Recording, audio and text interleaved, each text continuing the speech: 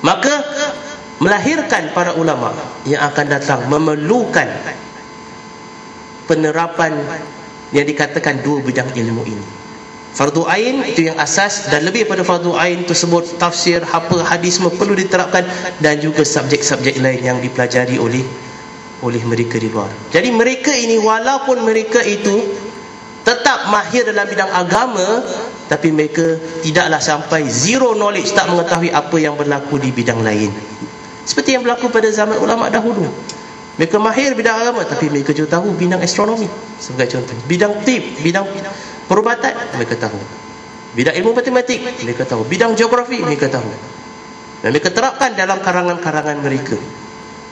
Cuma mereka bukan mahir dalam bidang tersebut, tapi mereka gunakan, tidak berada dalam kejahilan. Sebenarnya perkara ini telah disadari oleh ramai masyarakat Islam daripada semenjak tahun 70-an, 80-an. Oleh kerana itu ada mula perubahan dari sudut pendidikan madrasah. Daripada madrasah tu khas untuk pelajar lelaki saja, mereka bukakan untuk pelajar perempuan. Sebab mindset orang dahulu, orang perempuan tak payah belajar tinggi lah. Apa dah tinggi? Belajar tinggi masuk dapur juga, jaga anak, jaga anak sudahlah. 14-15 tahun kahwinkan, dah habis cerita.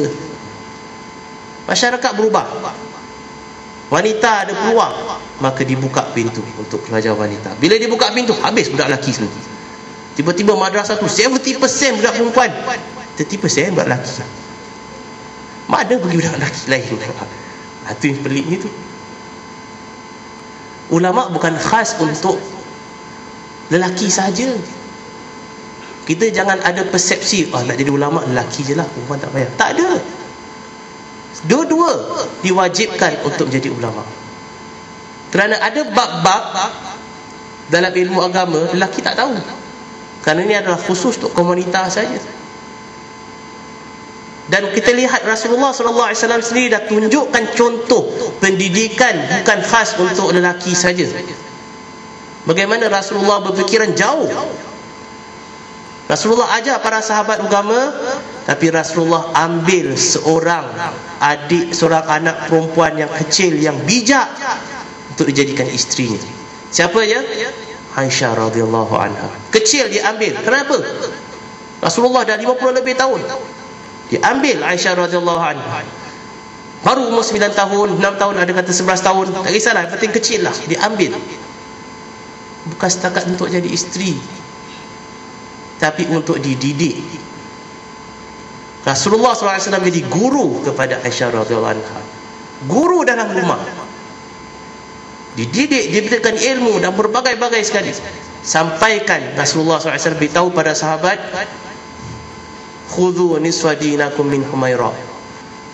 Ambillah sebahagian, separuh daripada agamamu daripada si Mirah ini.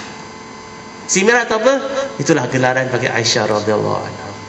Jadi seorang ulama, maka para sahabat, para tabi'in semua datang belajar dengan Aisyah radhiyallahu anha, ambil ilmu daripadanya. Jadi orang kata Rasulullah kahwin dengan budak perempuan, apa entah eksploitasi wanita lah apa. Tidak. Jangan lihat sudut tu, sudut mendidik itu contoh yang Rasulullah SAW berikan.